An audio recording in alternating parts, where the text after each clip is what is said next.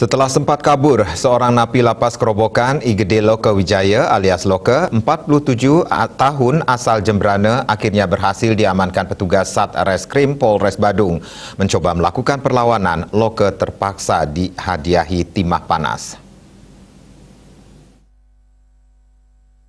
Kasihumas Polres Badung Ibtu Ketut Sudana menjelaskan Igede Loka saat ditangkap di Jalan Nangka, Denpasar.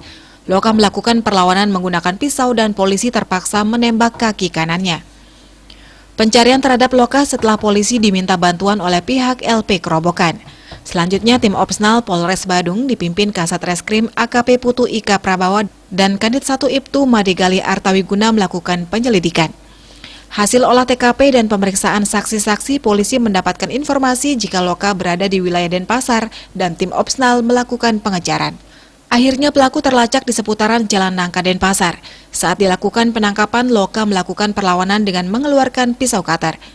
Petugas langsung melakukan tindakan tegas dengan menembak kaki kanannya. Selanjutnya dibawa ke Mapolres Badung.